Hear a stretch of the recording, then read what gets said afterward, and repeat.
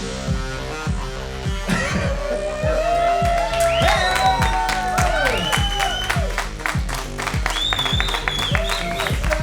everybody, it's H, and welcome to our second ever live installment of Escape Hatch, your portal into cinematic pocket universes. This week, I'm joined, as always, by my co-host, Jason. Yeah! Woo! I'm wearing a velour tracksuit, baby. And by all of you beautiful people here in San Francisco tonight. We tackle Edgar Wright's brand new sci-fi action classic, The Running Man.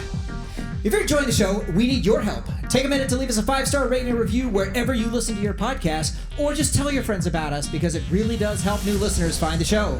We also have a Discord server where you can hang out with us whenever you want, and a Patreon where you can support us and unlock exclusive perks. Links are in the show notes. And now, without further ado, The Running Man! Wow. Even the fade out, baby! That was great. How many times did you practice that? 0. 0 times. We're doing a reel, baby. Right off the dome. Gotta keep it fresh. That's great. Do you have a summary for the movie already written? I wonder. What do you think? Did you write it before seeing the movie? Yeah. Okay. I both read the book and saw the previous version of the movie, so I had a pretty good sense of what was going on. That's great.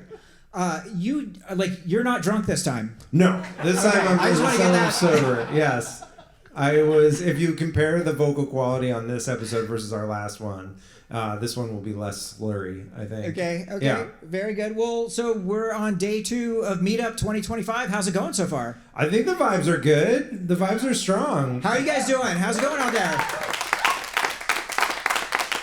We had dinner at Bar Bricado last night. That was killer. It was great. We had a great time last night. Folks have been wandering around the city posting updates into the Discord. We made it to Zeitgeist. We stole a table from some people that were having a birthday, set up for a birthday party. We just rolled right in and took their table? Yeah. A child's birthday party? They weren't there yet. You crashed? They weren't there yet. Fuck your clown. Yeah. But that was quite good. And now this is like our big, we got a ton of people here tonight. We're having our good time. And then after we finish recording, we're just going to keep partying until what? We're going to record another episode, like around midnight. Well, okay. I'm not ready. I am not ready to do that. Well, so let's just catch up. I thought we would just start by catching up. There's been this is a regular episode, by the way, guys. We're just doing a regular episode here. So I just want to start. Jason, if you are a political consultant, and you're working with Democrats and their opponents going into 2026 are trying to figure out what's the right amount of pedo and what's the right amount of Nazi. I think it's going well when the two biggest debates raging on the right are how much Nazi is too much Nazi. And then also combined with it's not pedophilia, it's a phebophilia defense. What is ephebophilia, by the way? We're not doing that on this podcast. Okay. We're not, just checking. We will not be. You fell for one of the classic blunders. Ladies and gentlemen, Matthew Iglesias. Yeah, no, we're not doing that. But yeah, it's pretty amazing. It's strong coffee over there on the other Are side. they gonna fall apart? Is this gonna cost them in a real way? I think it might. I think the theory is that they are just simply too weird and that they kind of kept it together for a while, but now Trump is just playing like Phantom of the Opera in the Rose Garden and they're talking about pedophilia on Maine. Like it's pretty crazy. Like I think it particularly puts the question to like there's just no way JD Vance is going to be their candidate in 2020 because he's just too strange, like, and he's from this whole extremely online freak center of the universe, and so I just think it's too much for them, and they'll find something else. Could he be the Antichrist though? I guess that's the other question. You gotta ask Peter Thiel. That's his area of expertise. That's his homeboy. Peter Thiel is if Peter Thiel's out there talking about the Antichrist and saying that capitalism has failed young people, like stay tuned for a wild face turn for Peter Thiel in the next couple of years. Like, I don't know what's going on there. You think he's gonna try and come back? You think JD will be like, look, guys, I didn't really mean it. Like, I was a Democrat Peter before. Thiel, if you're thinking about a face turn to the left, you need to do it on this podcast first. You need to like at least go through voicemail. Like, you need to like call in and leave us a voicemail. A live performance. Yeah, at this event. Yeah, exactly. I mean, that would make a lot of sense. Well, I guess my last question is: are Marjorie Taylor Greene and Lauren Boebert going to save us?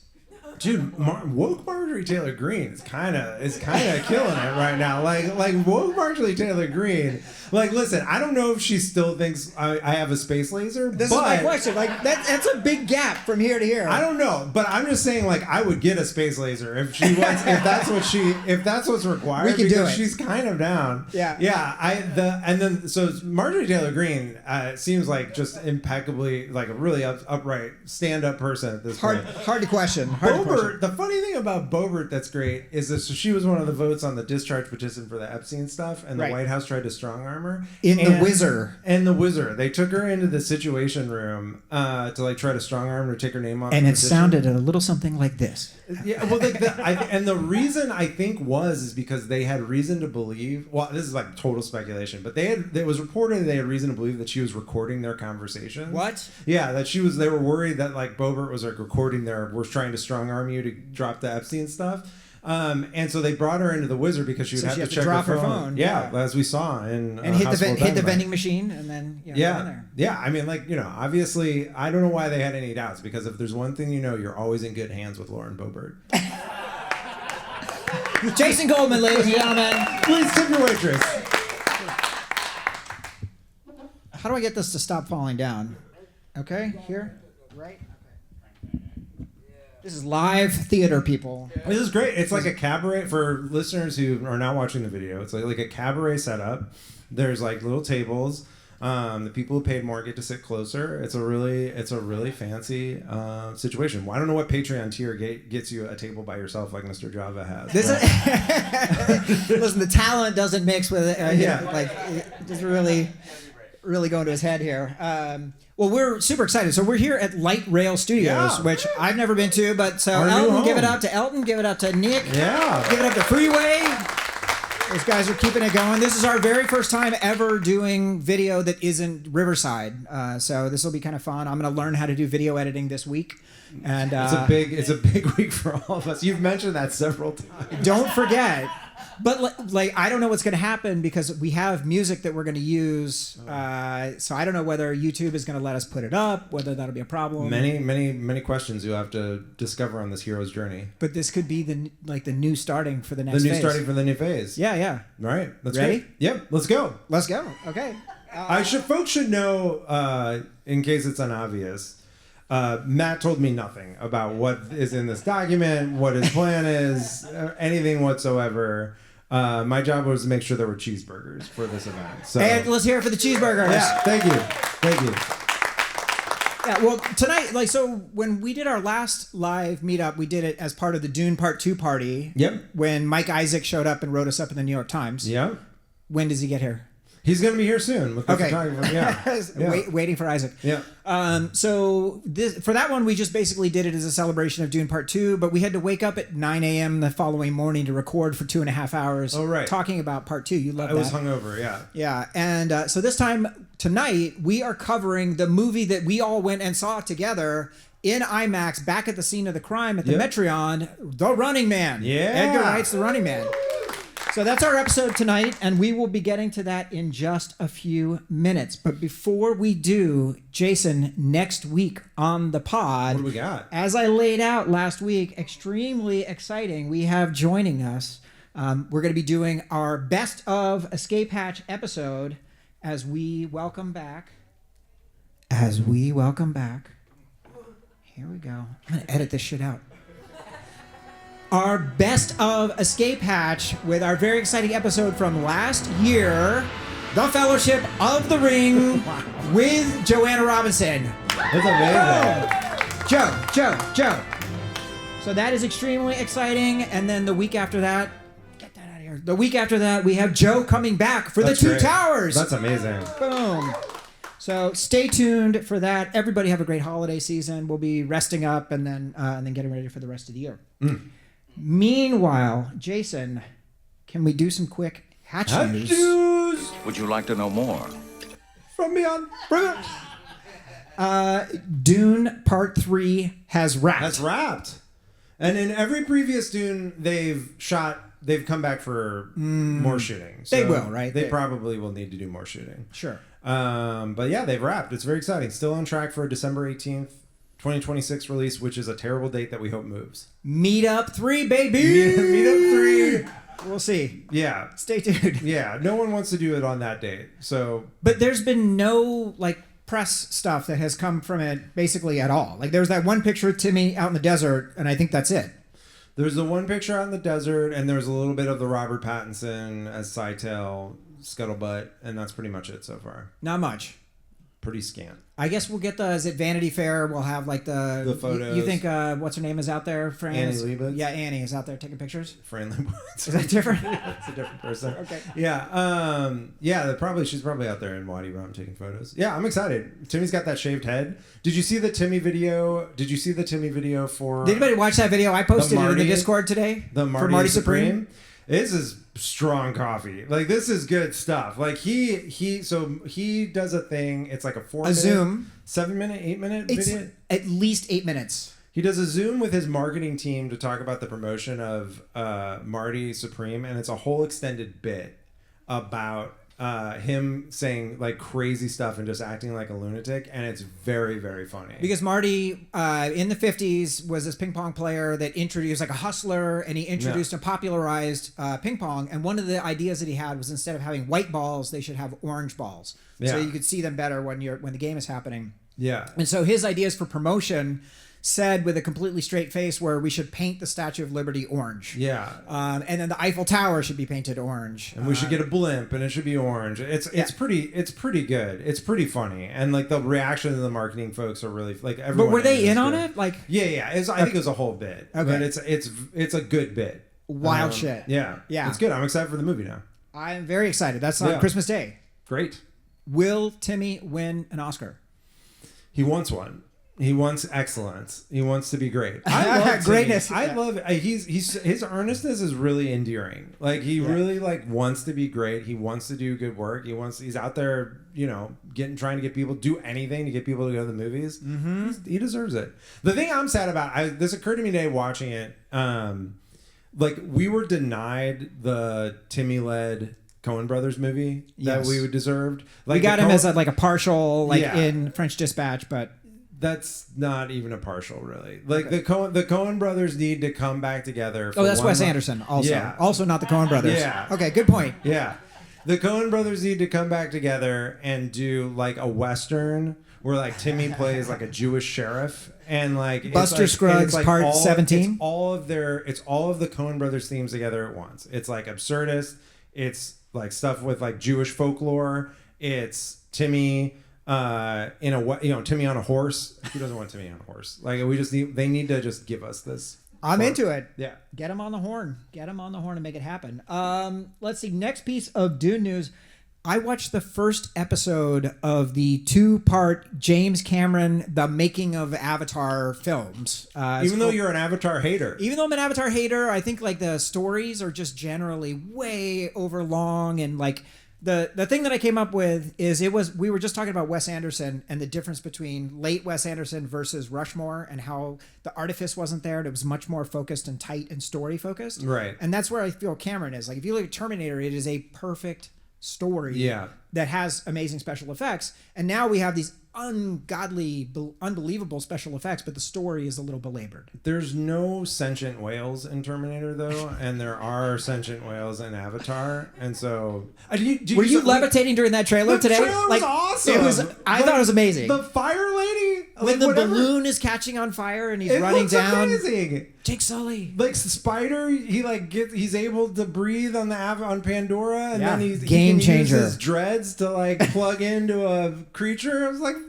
let's go. What do you like about that? Oh yeah, where did it go? When the things went up his nose, they made his dreads get the tail? Mm-hmm. Okay. All right. Yep, he got reprogrammed. All right, I'll check it out. Yeah, it's gonna be great. I'm excited for that. When does that come out? December 18th. Man, big month. December 19th of 2025. Yeah, it's huge. Hopefully, we're going to go see that at a very special place. Stay tuned. Let's see. What else do we have? Fallout Season 2. I saw some images. Are you up to date on Fallout? Did you watch all Season 1? I did watch all Anybody season. here? Anybody? Fallout? Yeah? Don't make any noise. Don't let anybody hear you. Okay. All right. I thought Fallout was really fun. Yeah, it was good. I thought it was very good. Yep. And very vibey. And I cannot, like, these guys are actually working. Yeah. Fallout Season 1 came out last year. Yeah. And they, like, it's got not it. Stranger Things. They didn't take off like 7 seasons. Great. Are you excited for Stranger Things? Anybody in here stoked for Stranger Things? We're going to watch it? Can we ignore our families for all of Thanksgiving and Christmas and New Year's? Like, I'm not current on that. I did not watch past season 3, I think. wow. Yeah. Wow. Wow. Yeah. Tough. Season 4 is fucking awesome. Yeah. And I'm pretty stoked for season 5. It has one bit that's kind of lame, but that's only like 2.5 hours out of the season. So. Yeah. I don't have time for that. Do you have any Dune news? Any Hatch news? I don't believe I have any Hatch news. The Timmy thing was my Hatch news this week. Okay. Very good. In that case, Should we talk about the movie? are you ready to get into this movie? Let's do it. I'm excited for the synopsis. Okay, you guys ready out there? Okay, here we go. The Running Man is a race for freedom from the forces of tyranny and corruption that control every aspect of society. Ben Rhodes is trapped by poverty and desperate to provide for his family, including a sick child who will surely die if he can't find a way to pay for the life-saving medicine they need. Out of options, Ben decides to volunteer for the most popular game show on the planet, where contestants can get insanely rich, but only if they can survive for 30 days while they're being relentlessly hunted by agents of the government and their own fellow ordinary citizens who can earn their own wealth by turning him in live on TV.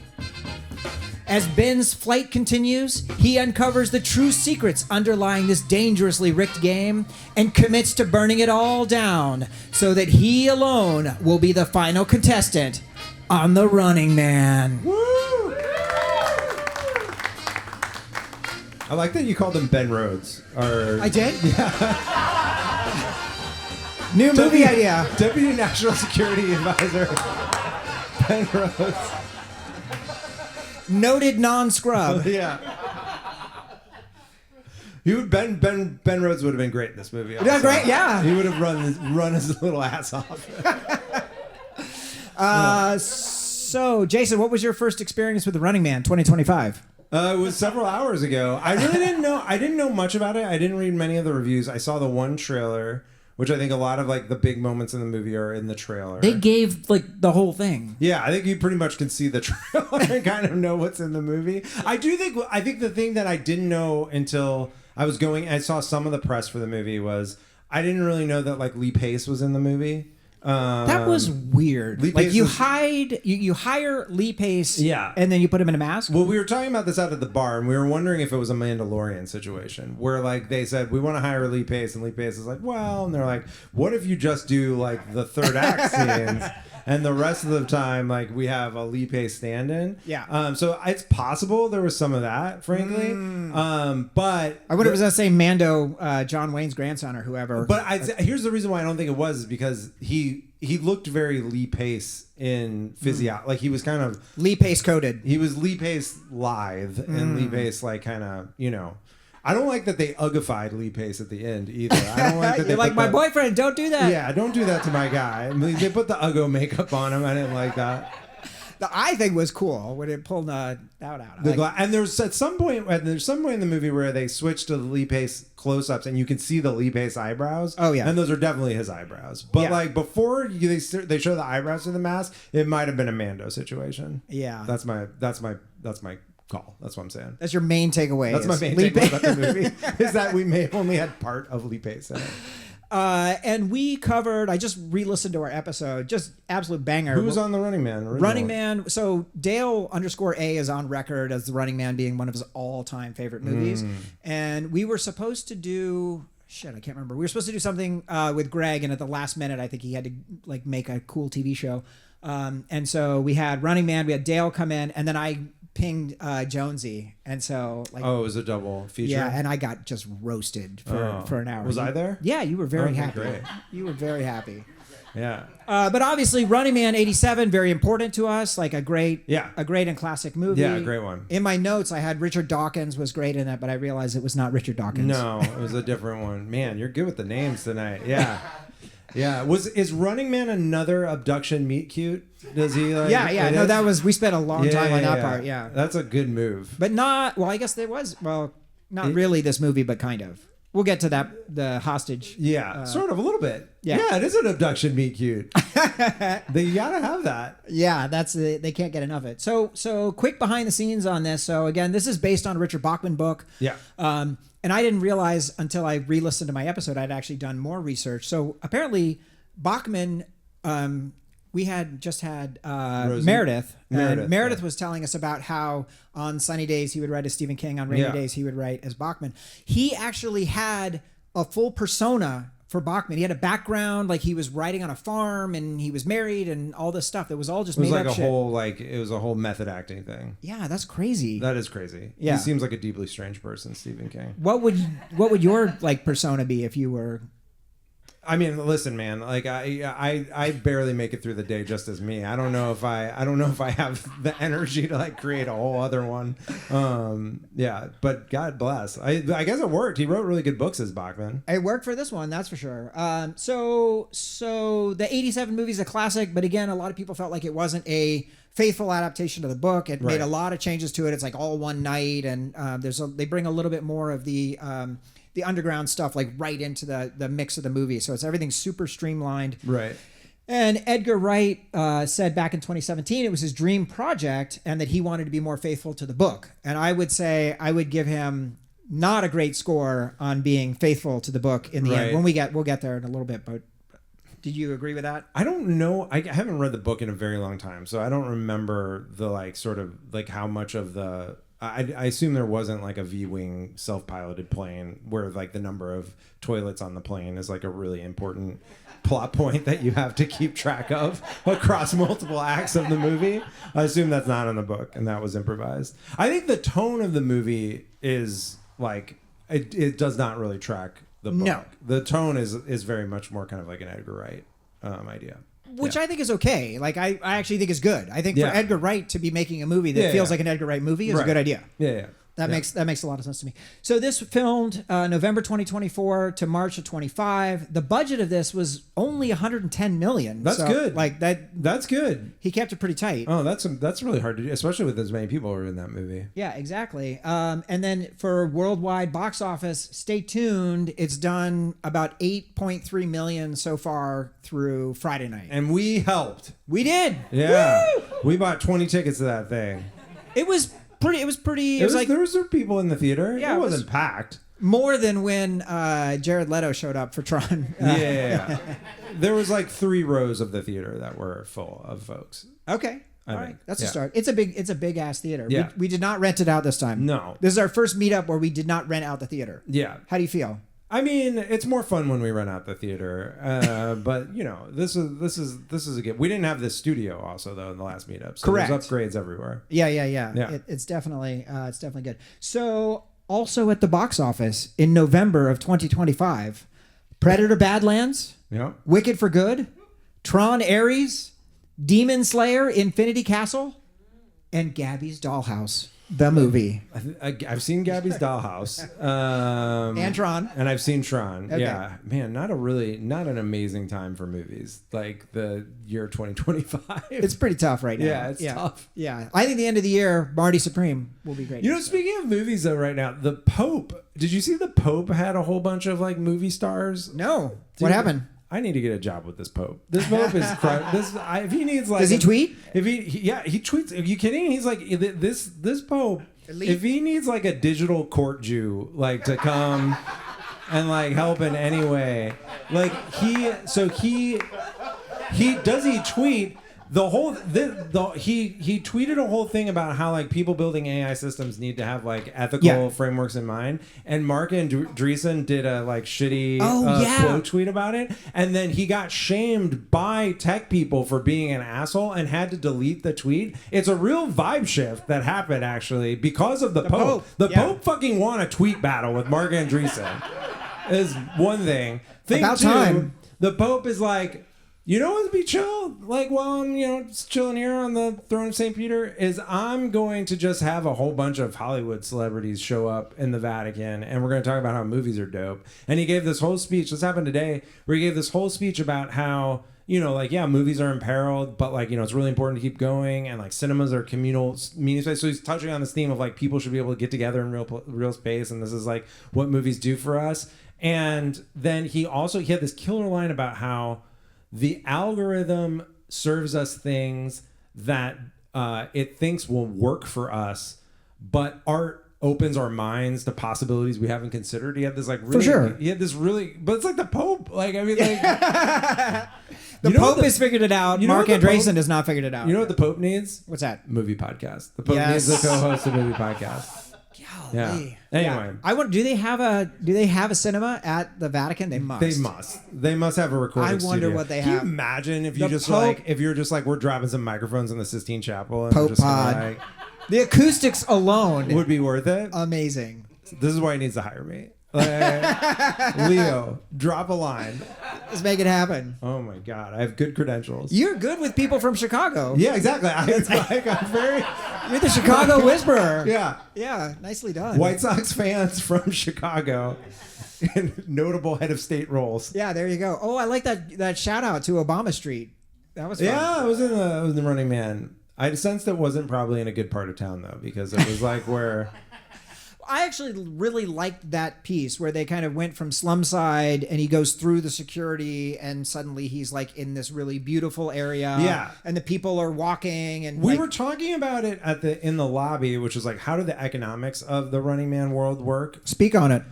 Well, I think it's interesting because it's like the prize for winning Running Man is $1 billion new dollars. There's some new currency. We don't know how that works, but like it's clear that if he just has $500, he can afford the medicine that he needs for his family. So it's like money can really do, like, you don't need that much to like really be comfortable.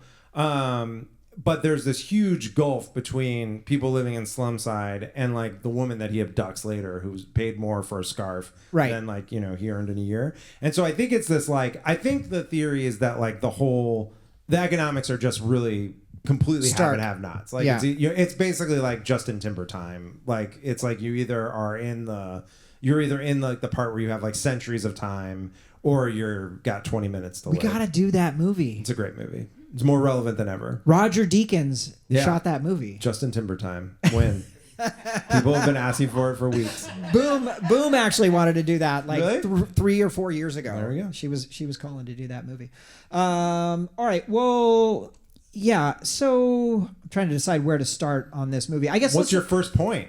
I'll just start with the Edgar Wright of it all. That's good. I mean, it is really beautiful and fun, and the music is great, and the energy is really good. Yeah. And I think that part of it totally worked for me. And and again, some of the stuff was given away in the trailer. Like the shot of him running down the hallway with them shooting and jumping into the elevator. And like the Michael Cera water gun gag, which is also given away in the trailer. Yes. Like all of those things are fun and feel true to Edgar Wright and are fun bits, I think. And there were a lot of lull moments in that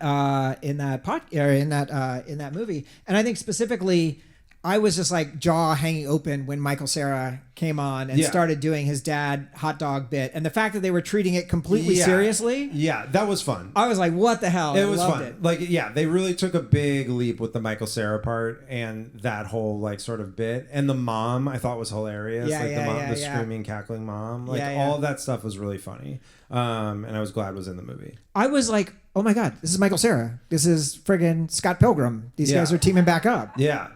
Yeah. Scott Pilgrim win on the pod. We have got to do this movie. It's so good. Yeah. So good. So I like that. I thought the needle drops were great. The music, all of that stuff was really good. But I guess I'm just going to go straight to my second point, which is what Beria called third act problems. Yeah. I mean, I again, from the lobby conversation, it felt like they had to recut the movie a few times and were just like looking for how the movie was going to end. Like, there's so much like, but that didn't really happen. There's so much like, like retreading. Yeah. Like, but like, that was a fake scene, or like, the thing that we just showed you isn't real. I was like, okay, like I've lost track of like what was the real bit of the movie and what wasn't. I think they lost track of what was the... That doesn't work. So in the book, famously, the big difference between the book and the original one is he doesn't get away. Like, in the end, he takes a plane and he flies the plane into the network headquarters and explodes and dies. Right. And that's like the point, is he's willing to sacrifice himself to take down the network. Right. But they weren't brave enough to do that. And so I don't understand the concept of saying, like, yes, we're going to be... we're going to be faithful to the book, but then they're going to pull that final punch. Because I think the movie would have sucked. I think it just wouldn't have been consistent with like the too much of a downer. I think if that movie ended with like he dies in a plane, like he 9/11s like, and that's like tough. the 9/11 is a tough. That's a tough one. That's a bit of a problem. It's a little tough. I had that realization as it was happening. I was like, wait a minute, how is this gonna? I feel it's a little tough. I don't think that really was gonna work. Yeah. Instead, studio note. This leads, 9/11 a problem? This leads to my first point of the movie, which is instead of 9/11ing himself at the end of the movie, he saves the world through zines. This is a really big movie. Corey! Yeah. It's a really big movie, maybe our most zine-centered movie in quite a while. For sure. Yeah, so like he like because he meets up with Michael Cera, and they have a bunch of stapled together zines. They fall out? ? Like over the city somehow. Yeah. And then that foments the rebellion. The whole, like, I was with it when they were kind of like, maybe it was a conspiracy thing. Like that first reset, I was like, oh, that's kind of interesting. They're having some kind of fun with it. We don't really know what's going to happen. Then once they go to the grocery and he's reuniting with his wife, and then when they're like burning down and Josh Brolin's falling all over the place. Yeah. I was like, this is Inglourious Bastards. It's like the end of Inglourious Bastards, or for people who've seen Sinners, the end of Sinners has a kind of same kind of like really kind of extreme revenge fantasy type thing that I think didn't work as well. It's interesting because like we just finished the movie like less than 2 hours ago, and I cannot actually hold in my head what happened in the third act. Like I really can't. I couldn't tell you if you like what the beats were. What do you guys think was the end? Like what do you think was the final? Anybody have an idea? Like, do you think he's alive, or do you think that's all fantasy? I took it as he was alive. I think he's alive. I think he's alive. Yeah. So you guys think he made? So he yeah, I think he it's ejected. I think the movie is literal. I think it is. They're showing us what happened. I think it's like a total like we're all here and we made it. That's crazy. Yeah. Okay, all right. Yeah. So a couple zines and like we're good to go. Yeah. Is that all we need? A couple zines. He gets back together with his yummy mommy. Like he's like, don't. Moving on. I will say too, actually, and like we saw the trailer for Hamnet beforehand. That looked very good. It does look good. I have like zero appetite for child in danger, child safety, child death, child in danger. I just can't and so even in this movie, like when the kid was like sick or whatever, I was just like, I can't. I'm upset about the children being sick. That was hard. And then when the other kid was also sick, I was like, wait a minute. That's like none of the kids are doing good. They've all got black lung in this future. Got the black lung pup. Yeah. That's definitely a tough one. Well, let's talk about some of the highlights. What about the cast? Cast was definitely on my list. Yeah. You've got Michael Cera, Lee Pace. Yeah. Glenn Powell's butt. Glenn Tom approves. Okay. I mean, from a cat like Glenn Powell, like first of all, he's very moist throughout this whole movie. He's damp. He is very damp. Yeah. Throughout. And then in the scene, there's a whole action sequence in which he's in a towel for some of it, and then the towel goes away. Wow. And Tom nodding. Yes. Shout out to Glenn Powell and his trainer. He did a great job getting in shape for the. I mean, like he's in great shape. But you could have a documentary just on the trainer getting him into shape. Yeah. Very moist. like very, whole very time. damp in the whole thing. And he never even made it to the shower. So it's like unclear. Yeah. He was really sweaty. He was really, really sweaty. He's from Texas. Which is tough because he was probably really dehydrated to be in that good of shape. So it was like not probably unhealthy to be that sweaty. No, that's a double whammy. Yeah. I enjoyed Coleman Domingo. It was great. I thought it had a lot of charisma. Yeah. It's interesting because they basically took the Dawson character and split him into Yes. two, right? And so he didn't have Which as was much. smart. It's cool. It works, except for the final piece that it was like just didn't quite make sense why He has this change of consciousness. it was unclear in general why anyone was experiencing change. Like In any sometimes way. people are like, "We're gonna get him," Yeah. and then 5 minutes later, everyone's cheering for him and Yeah. letting him pass. And No, so- like they showed the audience that this is a terrible person who did terrible things and hates you, and then like back from commercial break, we all love this guy. He must live, and it's like, what changed? We don't know, and like, yeah, it was very confusing. but also maybe scarily realistic. Yeah, maybe, yeah. The Coleman Domingo. Pedophiles are bad. Yeah. But not ours. The Coleman Domingo thing that I loved the most was when it's his introduction when he comes out to start the show the first time and he puts on that cool hat and then he immediately Throws it. flings the hat into the audience. Tight. I like literally. I was like, what is the hat budget for this show? Like he's just like he had that hat on for like 2 minutes. Yeah, per You know second. what I mean? It's a Another very. hat. Coleman Domingo is great in this. Yeah. Really, really fun. And the Coleman Domingo Lee Pace press junket for this movie Oh, is very fabulous. Really? I haven't seen it. Yeah, TikTok all over? Lee Pace is just like out there putting that stuff on. Like he's got weird outfits on every he's got like weird elvish armor on in Nice. every appearance. It's a good pairing. he's coming back, right? He'll be back in season. For Foundation? Oh no, shit. No, I was thinking of. He's not Gil-galad. It's the other guy. It's the. Oh yeah, no. Yeah. No, he's not in Rings of Power. He's Elrond's. Or he's Legolas's dad. Legolas's dad. Yeah. Okay. They're in Very duel. good. Very good. Yeah, Coleman I thought was great. I enjoyed. Well, what about Brolin? Brolin I thought was pretty fun in Did this. Brolin's teeth look particularly fake? They to you? looked huge. Was that a choice? Was that like he's supposed to?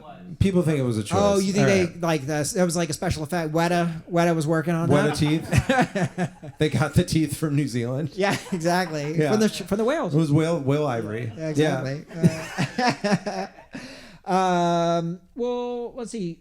What do you think if you had to give this a score comparing this to the Arnold version? Which one do you think? That's a good question. I mean, because like I don't really know if objectively this is a worse movie than the Arnold one. I definitely enjoy the Arnold one more because I think it's maybe more.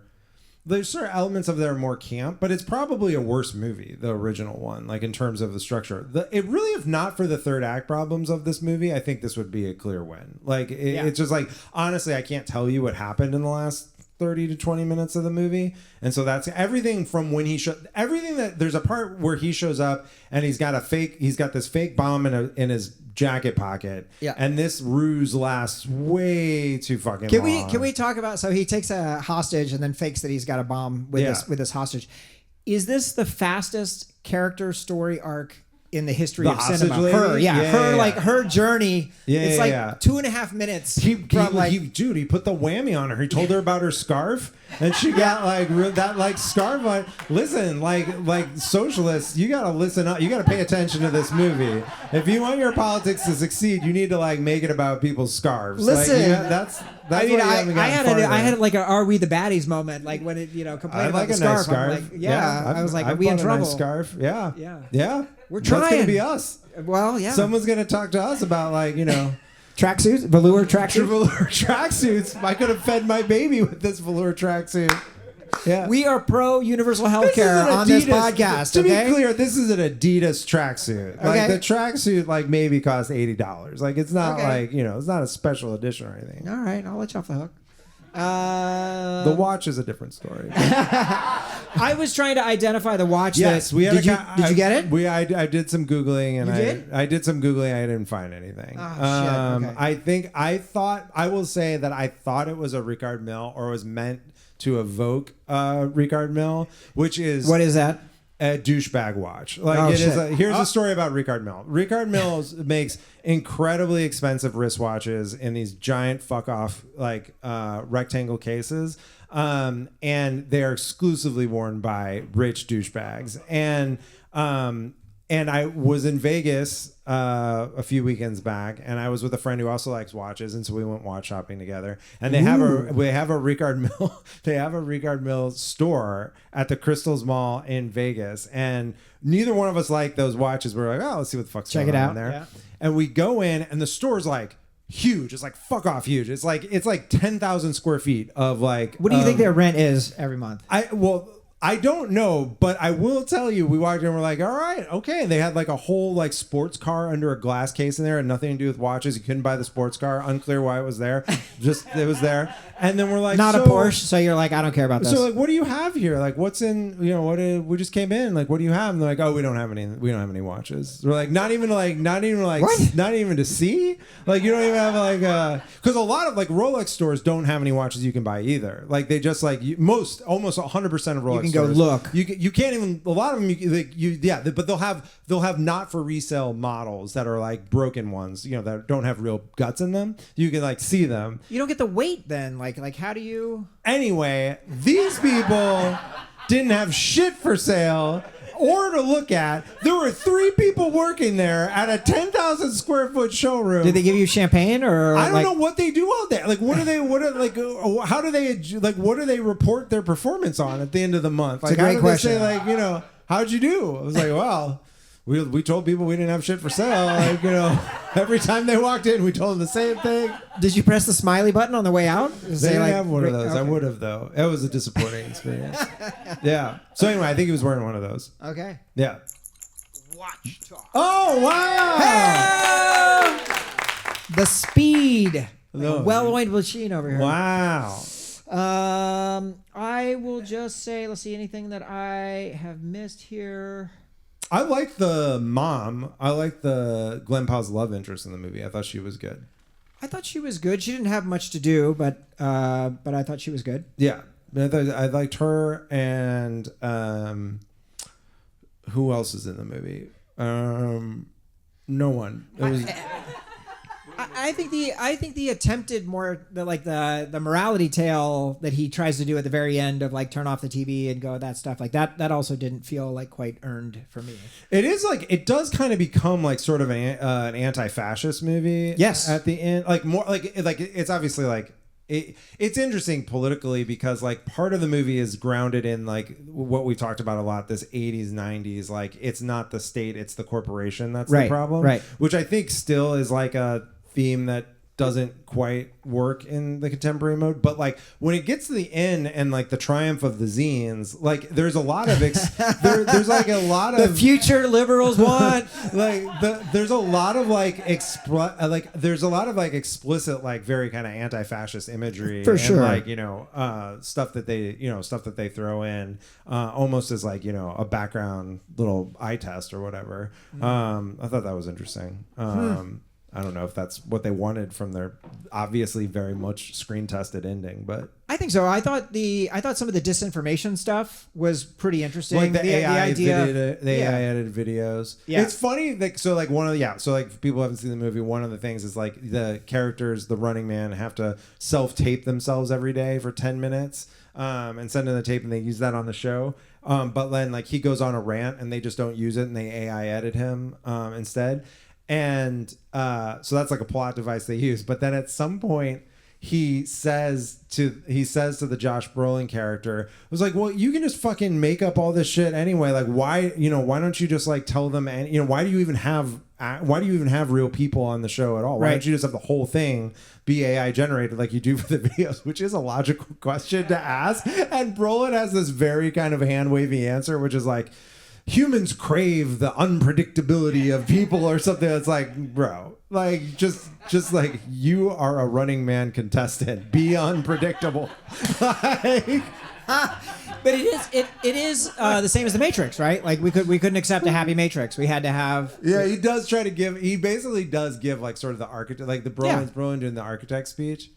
Brolin really wasn't that remarkable in this movie. Yeah. He is a little... You know what else is good? The hunter who gets whacked early in the movie. Who was that guy? That The weird blonde- guy. the blonde-looking guy? The Yeah. blonde guy with the cool orange glasses around him. Yeah. Yeah. Yeah, that was I cool. liked him and his Okay. glasses. Yeah, I don't know. I did not recognize him, but I thought he was cool. He was good. Okay. Yeah, I dug that guy. I do want to just give a quick shout out for Deacon's Award for Outstanding Excellence. So the DP for this is Chung Hoon Chung, Okay. who did It and Hotel Artemis. Did anybody see that movie? That was like a small sci-fi movie. Okay, thumbs up. Did Zombieland Double Tap, which I never saw, written by Dave Callahan, Escape Patch guest. Last Night in Soho. Did anybody see that? Mm-mm. Is Edgar Wright in trouble? Like, people did not like that movie.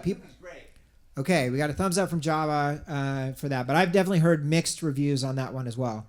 Did this movie have a lot of... what were the Edgar Wright... Did he have a lot of like his people in this movie? There weren't like a lot of Edgar Wright kind of standards in this movie. His production designer and his score were his folks? Those were his people. Okay. But you didn't have any of the the Cornetto folks. Yeah. We have never done a Cornetto film on the pod. I'm a little surprised. It's surprising. Yeah, we should probably. It's because we hate the British. We should probably do that. Sorry, Tom. We're just making sure you're still paying attention. Any honorable mentions or anything you want to make sure that we hit? I showed the clip that you posted to the Discord of the Yummy Mommy Discord, the Yummy Mommy discussion. I showed it to Crystal because I wanted to get a reaction. Yeah. Like, be like, I know you probably won't see this otherwise, so just wanted to like show you a thing that happened and get like and she watched it and she like legitimately thought it was hilarious, which I appreciated. Okay. Her reaction, I was like, so what would you like me to pass on? She's like, poor Matt. Her dominant reaction besides one of laughter was just one of like deep concern for you, I think. Do we lead with that for the social clips? Yes. I think is the question. Yes. I don't think so. Yeah. I don't think so. I don't know if it has the heat. All right. Well, Jason, who would Tilda Swinton play? I brought me the Brolin character. I may put her in for the Brolin part. That makes sense. Because I think it would be good to. I think Brolin's kind of a miss in this. Either because he wasn't given enough to do or wasn't given the right part. But I think she could be. I think she could really kill that. Yeah. What do you think? I think she actually played the McCone character with the mask on until Lee Pace took the mask she off. was playing it the whole time until That makes a lot of sense. They swapped it in. But no, I could see her doing the Michael Cera role. I think it'd be really fun. That makes a lot of sense too. I know that we've seen her. I guess we've seen her in some kind With of a squirt gun? Yeah, yeah, that's right. That's right. Okay, let's see. How about some letters? Let's go. Okay. So we're gonna do some letters. Give it up for Nico over here. He's gonna be operating.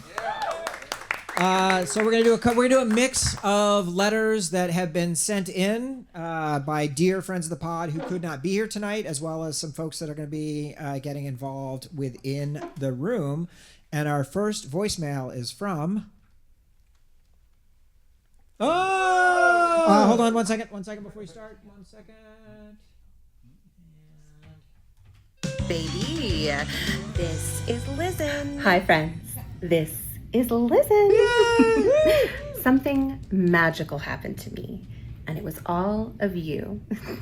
I can't express how much I love and adore this podcast, our Discord, and this community. I love the guests, I love the movies, I love the discourse, and I really love when Matt says, we'll get there. I love the way the pod makes me laugh and sometimes makes me cry. By the way, I am not a robot. Thank you to Matt, and thank you to Jason. Special thanks to Pat for all of the community management on the Discord, and all of my love to the voicemail brigade. Thanks to all of you. Wish I was there next year for Dune Messiah. XOXO. Listen. Yeah. Next year in Dune Messiah. Next year in Arakeen. Yeah. That's exactly. great. All right, Lizen. That's great. Yeah, cannot wait to see her next time. And our next voicemail, one more. Hey. One second, pause, 1 second. Oh, we gotta hit the sounder. Here we go. Hello, Bogpod. Hey, Bogpod. Hello, Bogpod. Hey, Bogpod. Hello, Bogpod. Hey, Bogpod. Bogpod. Currently far away from my laptop. Excuse me. Sorry. I'm currently very, very far away from my laptop and microphone, but I am, of course, delighted to be sending a video for the meetup. I wish I was there. God willing, I will be there for June Part 3 when it comes out in 2045. It will be delayed like 7 times. I guarantee you. I have no question of notes right now. Quite focused on getting through the traffic. I have, however, been thinking today about a cup of coffee that I had that was really delicious and really made my day. What's the best cup of coffee you've had? Oh, that's a good question. That's a great question. Is my simple Bogpod themed question for today. Lots of love as always. See you later. I don't know. Bye bye. I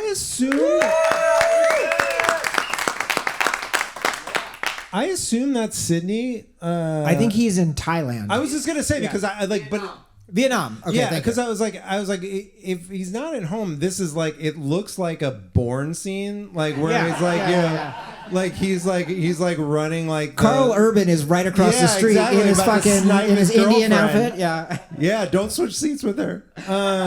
Yeah, it looks like he's about to like jump in a tuk-tuk and like assassinate. He can go to Thailand, but he can't come to San Francisco. Apparently, well, Thailand's a lot closer to Australia than fair. Yeah. Love to see Ethan. It's really fun having the video voicemails. I really did just have the best cup of coffee I've had in quite some time. There's a new coffee spot on 18th and Shotwell near my kids' school that just opened like a couple months ago called... That's in the Mission, not the deep Mission. It's in the actual Mission. Okay. I always remember it as Hinge, but it's not. Hedge? It's called Hedge. Hedge, says Tom. Okay. The mayor was there yesterday. Wow. And it's a thing. It's like already a thing. It takes coffee to clean up the city. You gotta you gotta be caffeinated. But like I usually don't do pour over because I'm like I need the caffeine. You're simple. You're a simple man. I just need brewed coffee. I had a pour over there because I had time to kill, and it really was like mind changing. It was also $10, so like like. Did you have to talk a lot to the barista, or was it fairly straightforward? I was like, do you realize that this cup of coffee could pay for my child's medicine? and shouldn't you just give it to me for free? But it's very cool. Like the design of it's very cool. Like they play cool records on cool speakers. They have all those cool fucking bean grinders that look like bazookas, and like the roasteries in the back. So shout out to them. No free ads, but go check them out. Cool. Amazing. Yeah. Amazing. I'm gonna give the shout out to Java Hut in Fairfax, which is the drive-through place where I get my iced coffee every afternoon. There's a Java Hut here in the city. Really? Yeah, somewhere. Okay. Yeah. I don't know if that's the same one or not, but that one is quite good. Yeah. And they know me, and so like I go, I got the Dune. They know the iced black coffee, but also I've got Dune Pod and Escape Hatch stickers on each window because they're covered with windows. On the window of their store? The windows of the drive-through. So you put stickers on their window.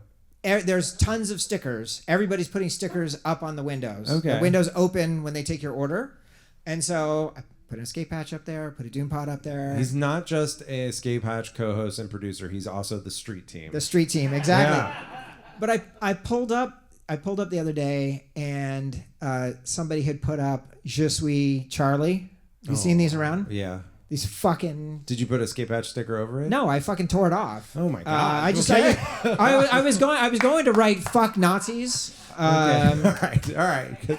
A lot going on out at Fairfax. So I was gonna write "fuck Nazis," and I decided I would just rip it off. So I did that, and then every day when I drive up to Java Hut, there's 4 windows. So like each day I go to one side and then the other side, and so I'm just keeping an eye out Yeah. I'm glad you're on it. And I pulled up the other day, and there were 3 of them on one of the windows. And so I was I rolled down my window, and I'm in the midst of ripping the stickers off. Are you going to get banned from the Java Hut in Fairfax? The window opens, and the woman who works there was like, "Oh, are you taking off stickers?" And I was like, "Yeah, this is some Nazi shit." And I had to explain Charlie Hebdo and what happened with the shooting there, and the legitimate use of Je suis Charlie to go against. Behind him in line. Someone who's just trying to get a coffee. Someone who's just trying to get a latte. Be the change you want to see in the world, guys. I don't have any fucking cup of coffee in my car. Let's go. Yeah, I mean, that's fair. No, it's been good, right? You applaud this. I mean, I definitely think if there's a battleground that needs to be won, it is Fairfax. Listen, now I know I just need to drop some zines around there and drop some zines. Everything will be fine. What we need is we need our sons to be of age where they can just go wheat poster. They can just a wheat paste poster up for us everywhere. We need to get them out there actually doing a real job for us. Yeah. Another 4 years. Griffin's very into graffiti and really wants to write on shit. So okay, he's ready. I noticed the menu at Bar Bricado did not have a QR code. Correct. I didn't work that. I didn't work that partnership out in advance of just having dinner there. Next at a restaurant. Next time. Okay, and now inside the room, it is time for the Truth Sayer.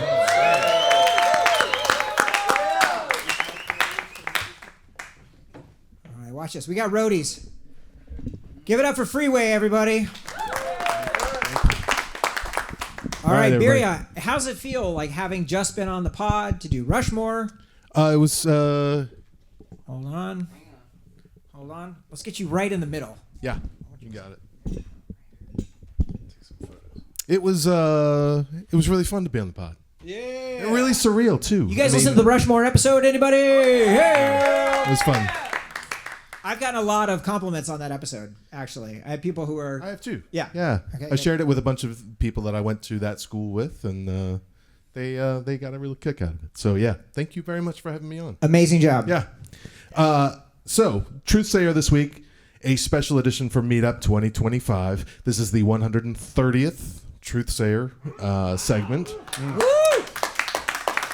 We are gathered this weekend, of course, in San Francisco, home to startups and spiritual awakenings and more than a few citizens that have been swayed by charismatic figureheads. So for today's Truth Sayer, we're going to take a detour from cinema and shine the white-hot light of truth. 3 modern cults, each with a different vision of divine order. 2 of these cults are fiction. 1 is real. No tricks here. No tricks. No here. Meetup tricks. All right, time for the Truth Sayer. Number 1, the cult of Jackie. A man calling himself Comrade Bala created a cult in Brixton that believed in a Chinese-made space satellite called Jackie, short for Jehovah, Allah, Christ, Krishna, and immortal Iswaran, which they claimed could strike down enemies, cause natural disasters, and punish disobedient thoughts. That's number 1. Okay. Or is it cult number 2, the Church of Magnetic Grace? In the early 1970s, a former Navy technician founded a cult in southeastern Oregon based on the belief that the Earth's magnetic field was secretly shaped by divine elegance. Members wore aluminum threaded robes, practiced polar alignment poses, and believed the true Messiah would return during a synchronized EMF pulse event. A fire in the group's observatory ended most of their activities in 1981. That's cult number 2. That sounds like that could be pretty good for an escape hatch cult. Or number 3, the escape hatch podcast Discord. Just as the pandemic was racking the world, 2 giant nerds started a Dune podcast that ended up morphing into an online cult funded by exorbitant Patreon dues and obsessed with Gen X dad movies, democratic policy wonkery, and feet. The hosts of this podcast successfully lured dozens of unwitting rubes into their tangled web. They might tell you escape hatch is not a cult, but it definitely is, probably. All right, which one of these 3 groups is totally a real cult? I think it's really 2, right? It's got to be 2. Well, the giveaway for number 2 is I don't believe aluminum is ferromagnetic, so it wouldn't work. See, Fucking nerd. fucking got me. God. Nerd. Which one do you think? Well, 3 is obviously true. So I mean, No. The Okay. true answer is number 1. The cult of Jackie is real. Comrade Bala ran his commune for decades, controlling a handful of isolated followers with fear, ideology, and the imagined wrath of a divine Chinese satellite orbiting the Earth. That's great. Escape Hatch is totally not Not a cult. Probably. We have merch that says so. yeah, exactly. Probably. Probably. Here ends the Patreon truth sayer. Price of the package is going up, by the way. Right after this one. Yeah. Yeah. Hey, thanks a lot, fellas. Thank you, Birria. All right, Birria. There was an excellent vegetarian Chinese restaurant in the Tenderloin for a long time that was run by a cult. The food was fantastic. Really? Yeah, the food was fantastic. You weren't nervous going in? No, I hated eating there, but I was friends with vegetarians, and the food was good. And the premise of the cult was that it was led by this Chinese lady who was kind of imbued with divine beauty and sold a line of beauty products. It was like an MLM mixed with a cult. You had to buy the beauty products to be in, and eat the very good vegan Chinese food. So sometimes cults at least run a good restaurant. So we should look into that. I remember when I was a freshman at University of Florida, the Krishnas were like big on campus, and they had like free lentils or whatever. And I was like, I can't. No, your cult is not for me. Yeah, no, you need better food. Yeah, Exactly. Okay, we are ready for our next voicemail. Brother, animal mother. Oh, not this one. Sorry, not that one. We've done that one. Let's try that one more time. Here we go. I'm going to do it over here. Here is our next voicemail. Yeah, This hold on, is hold your on, brother, Nico. animal mother. This one's in the room. Hello, animal friends and animal lovers. Woo!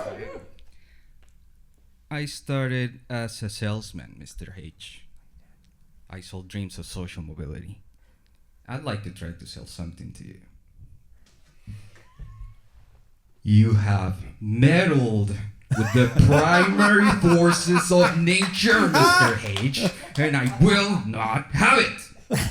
You think you merely discuss another Stephen King adaptation. This is not the case.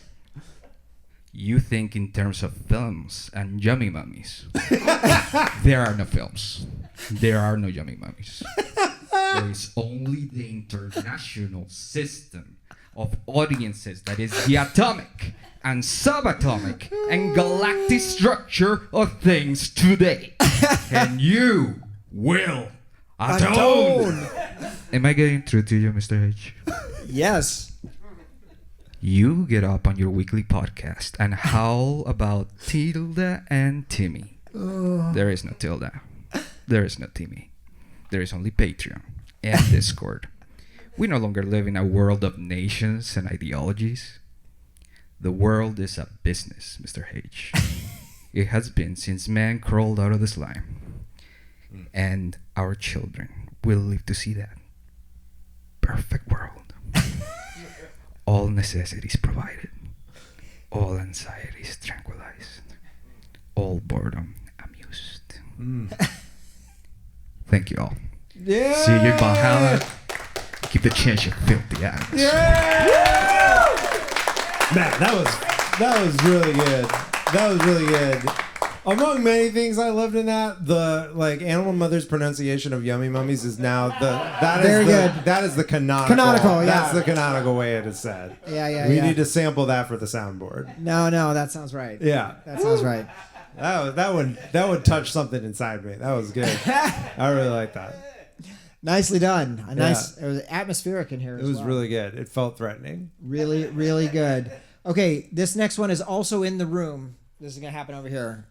So let us welcome. We don't always get a voicemail, but it's always from special this when we person. do. But every time he does, it's always good. So get ready for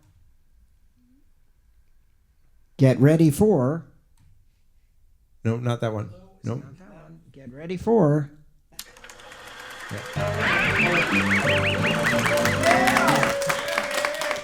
I forgot about the bit. I already forgot about the bit. Okay, here we go. Who's there? Say it's voicemailers. It's voicemailers. It's voicemailers. Wait, do I need to see this? No. What's that? Oh, yeah. Okay, sorry. Here we go. Okay, here we go. With any luck, by next year, we'll be watching Dune Part 3 together. But who are we kidding? It will probably get delayed. But for now, let me say, without using my voice, which I know isn't ideal for an audio format, just because it's Tilda Swinton's birthday month, and on Tilda's birthday, we tell the truth. To me, you are Dune Pod. An odd couple pair of Gen X dads who united a ragtag band of genre nerds and film lovers around a weird and horny sci-fi franchise into a found family. Wow. Willing to fly across country in order to be together. Hashtag not a cult. Probably. And my wasted ears will listen until you look like this.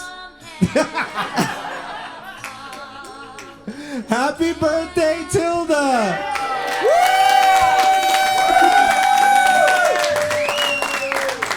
The king. You can just leave it. Wow. That's Holy good. shit. I was so much happier that it was a Love Actually bit because I thought it might be a subterranean homesick That's what I was situation. wondering, yeah. Yeah. Okay. I was like very concerned. Yeah. No, it worked out. It worked out much better than I could have hoped. Beautiful. Let's hear it for Silly. Come on, let's hear it again for Silly. Silly told me as we were walking, it's like, you might have like a line for my thing. I was like, a line? He's like, it'll be obvious when we get there. Yeah. Nicely done. Okay, so we're gonna go to the next slide. There we go. And let's just hear it for Kev. All right, Nico, hit it. Hello, Escape Hatch. It's Kev here. Listen, I'm so sorry that I can't make it to the big meetup. Hope everybody is having a great time. Hope you enjoyed The Running Man by Edgar Wright. But no, instead, some obligations back home have kept me in this cream-colored room in which I live, and usually do Kev's questions when I am not having an Uncut Gems-inspired manic episode in Astor Place. But, of course, I have to say this. Kev's question. The Running Man is a remake of one of the most revelatory Chuckle Hut watches I've had. Yes. Up there with, coming up a lot recently, Enemy Mine. Yeah. And I think it was around the same time, too.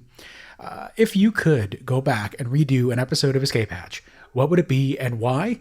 Also, feel free, folks, to put in the Meetup 2025 chat your answer to this, because I am very curious. Also, in asking that, I feel like I may have asked it before, but you know what? C'est la vie. Peace and love to everyone. Hope you're all having a great time, and I'll see you at the next one. Kev. Once again, it's Kev's questions. Love you, Kev, Love you, forever. Kev. Yeah. Forever. Yeah, Dale on the Running Man episode was going off because apparently it was like the two of you and maybe Silly and like just a few other people for that one. And you guys, because you knew every frame of the movie, it was like a it was a really good one. That was a really good one. Is the question, would we do a Chuckle Hut or An episode. An episode? I think so. Chuckle Hut episode. Episode. I want to go back. I want another bite at the apple. Another whack at Labyrinth. I think we could do it. I think like Labyrinth is like an important enough movie that it's due for a redo.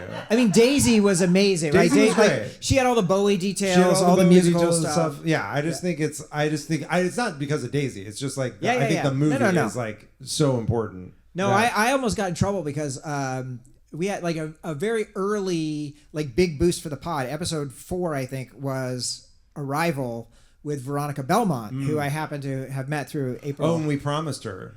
No, I told her that the previous week we had done Labyrinth and she was crushed. Right. And we were doing Time Bandits, which I thought was like right up her alley. No, and she was like, "Fuck Time." She'd never Bandits. seen it. Yeah. So maybe we need to get Veronica back to do That'd be Labyrinth. great. Yeah, we should do that. There we go. Veronica, our first guest, basically after Proto. Yeah. Good. Exactly. Booked. Okay, very good. Well, that brings us to our next voicemail.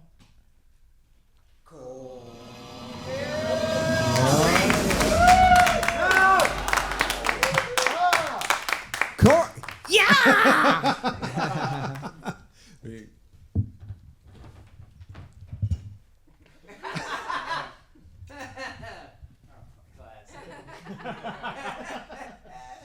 Beautiful. Hey guys. Hello. Wait, give Freeway a second. Here we go. This is kind of weird. Like standing. Is it? Between us? A little bit, yeah. you're on. In the Nexus? Feels weird. But thanks for having us out here. You're It's great. welcome. I'm so excited.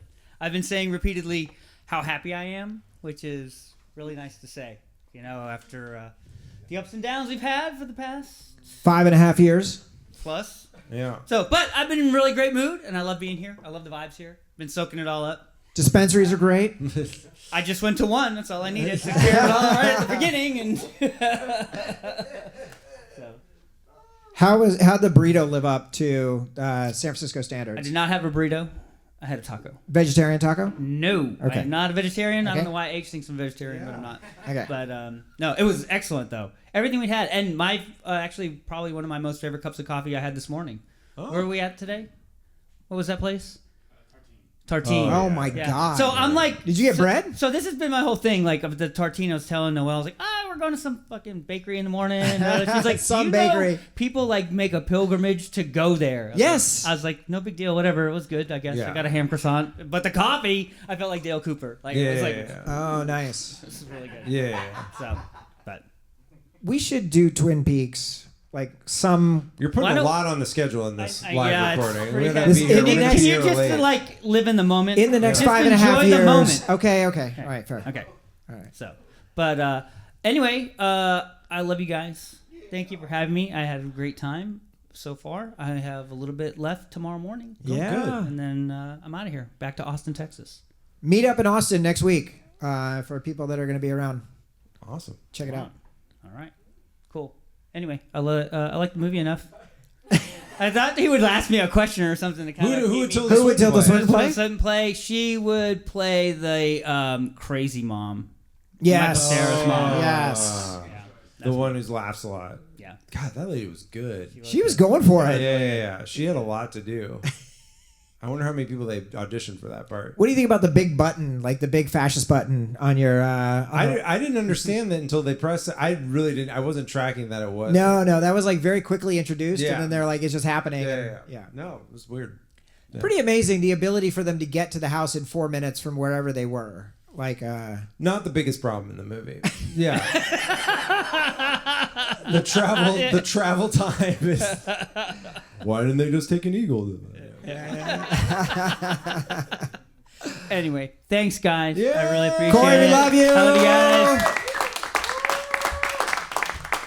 guys. Amazing. We have one more voicemail, and that's going to be from in here. So let's get your drink. Let's move your drink. Do we all move? Can we leave the stage? Oh, okay. Let's see if we can-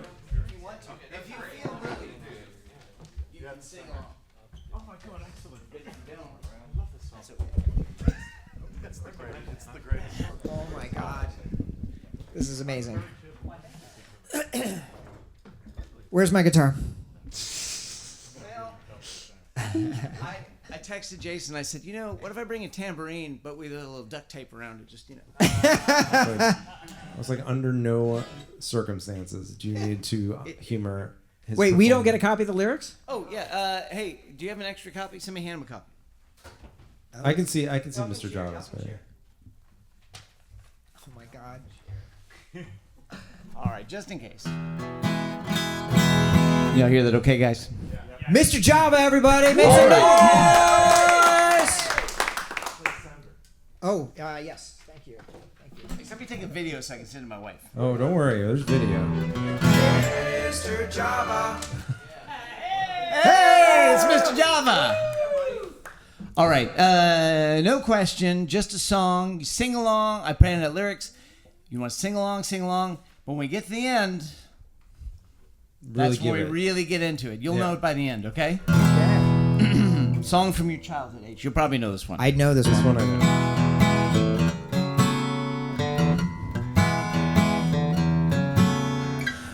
know. Why are there so many Gen X dad movies?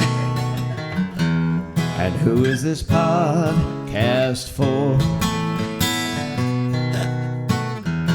Movies, they're visions, and they're only illusions. Old nerds have nothing to hide. So we've been told, and some choose to believe it. I know the wrong, wait and see. Someday we'll get there. The escape hatch connection, the sandworms, and Tilda and me.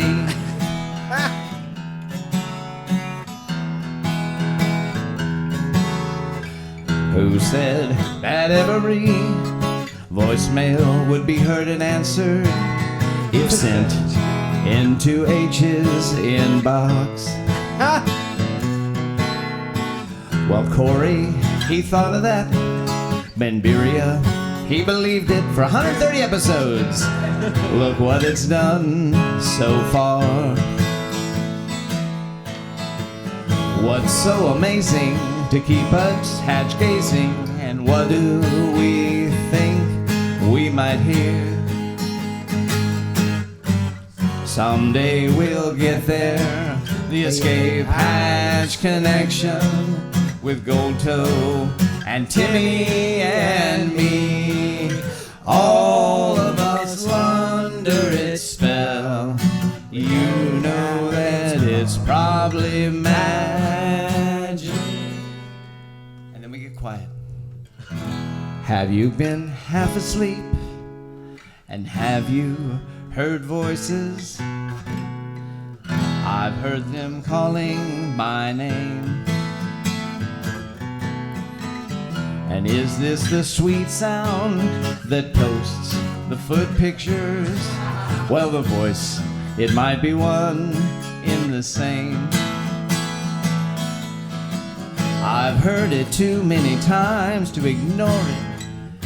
It's something that I'm supposed to be. Someday we'll get there. The escape hatch connection, the Chuckle Hut with Denny and me. And someday we'll get there. The escape hatch connection with Jason and H and me. God bless you all. Woo! Here's to the next big meetup. Mr. Java! I hope you loved it. Nice job. That's going in the songbook. Oh, boy. Holy moly. No pressure. Follow that up, Jason. That was pretty strong. Well, I have a song too. Yeah. That was tremendous. I mean, as we said before, the voicemails are the best part of the episode. Tonight, for sure. No question. It was really saved us. We just need to do the voicemail only episode, and then we can retire. And then There we go. Yeah. There we Next go. meetup, only voicemails. Yeah, and we'll have a Patreon for the voicemails. That's right. And then it's like starts to The stack. podcast archive is lead gen for the voicemail Patreon. Yes, exactly. Great. We're taking options on the voicemail. Yeah. On the voicemail Patreon. Well, this brings us to the end of the episode. Yep. Jason, are you ready? You ready to go home? You good? It's my bedtime. It's 9 o'clock. This is usually when I fall asleep in a child's twin bed. Good job. Well, let me just ask then, Jason, what do you have to plug this week? I mean, people should check out this podcast we co-host. Like, It's pretty good. It's pretty good. People seem to like it. They should join the Discord. Yeah. Give it up for the Discord. Everybody that's come in. The Discord is great. Yes. We have a great time, and sometimes we meet up in the real world, and that's fantastic. You're like, this is enough. Just like once a year is fine. Yeah, like once every it's difficult to get me out of the house, and this is one of the things that would do it. So yeah, people should come check us out. If you're listening to this podcast, you probably already have. But there's people who listen to the podcast who haven't messed with the Discord. They're missing the main thing. They're missing the main thing. That's the main thing I would say. The world is scary out there, and in the Discord, it's pretty good. Like it's the vibes, mostly chill. Yummy mommy threads, not politics channel occasionally can be questionable, but it's been really good. It's been really good. It's been really good. I just want to say thank you. Let's hear it for Light Rail Studios for hosting us tonight. Thank you to everyone who traveled to come here for Thank you for exactly. Thank you for their hard-earned scarf money to come and here instead. And yeah, that's a real gift to us. A real gift to us. It's super special. Thank you. We love you guys so much. Yeah. Let's go party. Woo! And that's it for this very special live episode of Escape Patch. I want to thank Jason and all of you for an amazing Meetup 2025. Next week, we'll be back with the Fellowship of the Ring with Joanna Robinson. Escape Hatch is a Tape Deck Podcast John, a production of H Industries. Our artwork is by Catcher, and our theme music was composed by Scott Fritz and Who's the Boss Music. The episode was edited and produced by me, including the video, H. Thanks for listening. We love you all, and we'll see everybody next time.